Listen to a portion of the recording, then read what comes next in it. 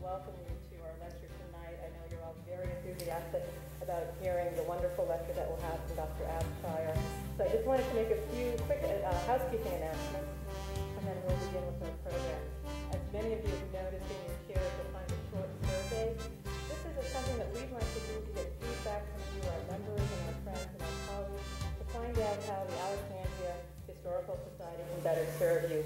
We hope it'll only take you a few seconds to fill out, and you can just leave it in your chair after the lecture, and we'll collect them. I'd also like to thank Mary O'Connor for accompanying Dr. Abshire here tonight and for assisting us with our lecture. And I'd also like to thank one of our board members, Dr. Henry Damare, for doing the survey for us. And I think it's a wonderful tool, and we hope that we'll get some great feedback from you that will help us in the future.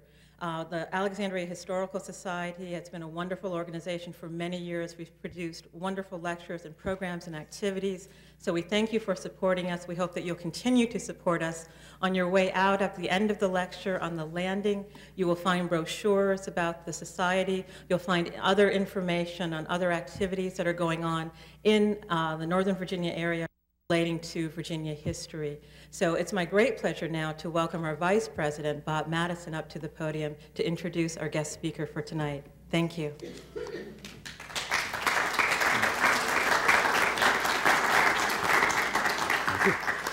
Well, please turn off your cell phones. And while you're turning them off, let me tell you about next month's lecture.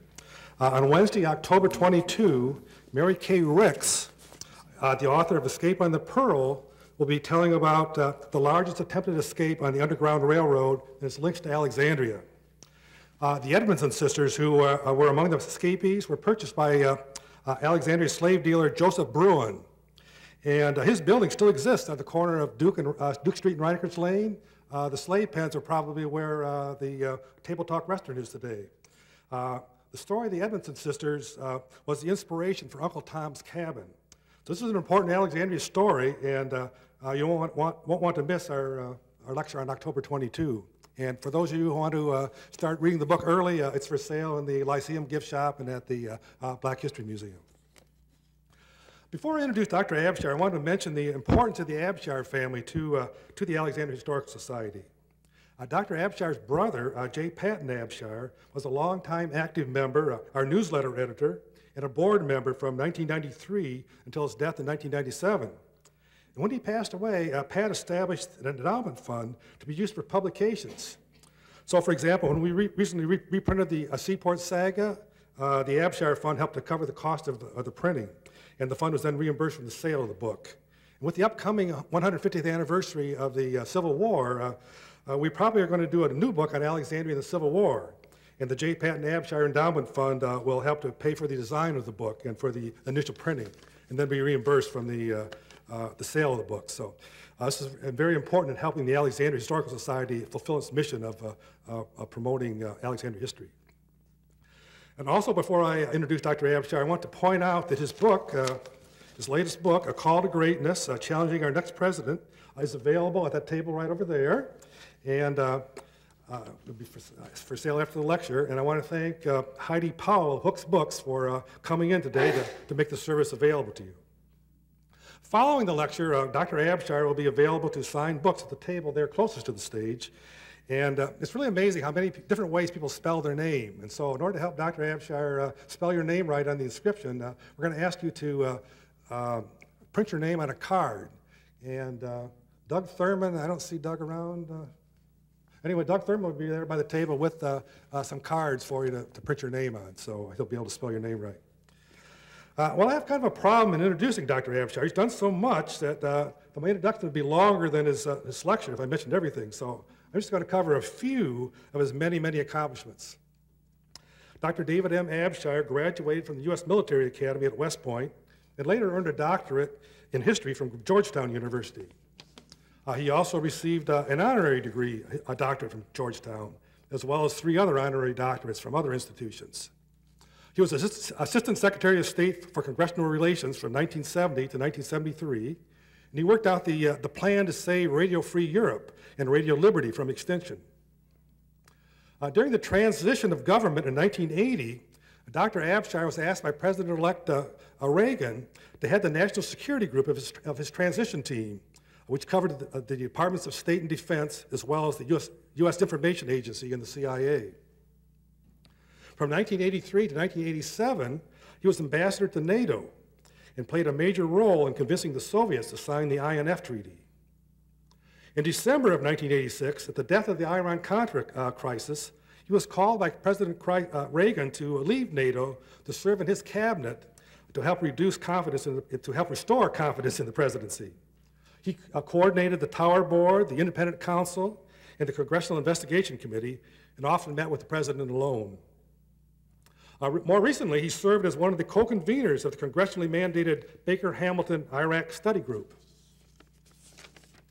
Currently, he's president of the Richard Lounsbury Foundation, which gives grants in the field of science and education. Also, he is vice chairman of the board of the Center for Strategic and International Studies, which he co-founded with Admiral Arleigh Burke in 1962 and served as its chief executive for many years.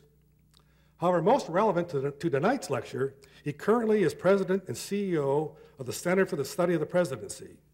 And tonight, he's going to discuss his 7th book, A Call to Greatness, Challenging Our Next President. So please join me now in welcoming tonight's speaker, Dr. David M. Abshire. Thank you very much, Bob, for that generous introduction. You left out the greatest thing I ever did, which was move to Old Town Alexandria in 1957. Carolyn's family wanted us to move to Chubby Chase, and we resisted it, and we moved up to Old Town. And it was very different from today. It was really in transition. But I love Old Town. One of the greatest honors I have is serving on the advisory board of Mount Vernon. And this is George Washington's town. We're the keeper of the Holy Grail here. You know, I've lectured the regents there that they don't know the extraordinary capabilities of this man, because there were more brilliant generals. He just won the war, that's all. There were more brilliant legislators. He just held the Constitutional Convention to hit together on his character. But as a chief executive officer, the man that made the presidency and that led these constitutional fathers to place in him such power, it was George Washington. And I gave a speech some years ago about George Washington as a CEO that they asked me to give down at Charlottesville at the place for career civil servants on George Washington as a CEO. You know, when poor old Jefferson was broke practically all of his last years in running his estate, Washington was booming. He had diversified when he took over. He had gotten out of tobacco. He rotated his crops. He was ahead of everybody else. He had all of these books on agronomy that he studied. He had his fisheries business. He had his good distillery. And he had all of these things going. And he was a wonderful custodian of Mount Vernon. And as you know, he was very concerned about slavery, and he released his own slaves. And you've seen that cemetery there, where they not only released them, but kept them up financially after their release. This was an extraordinary man.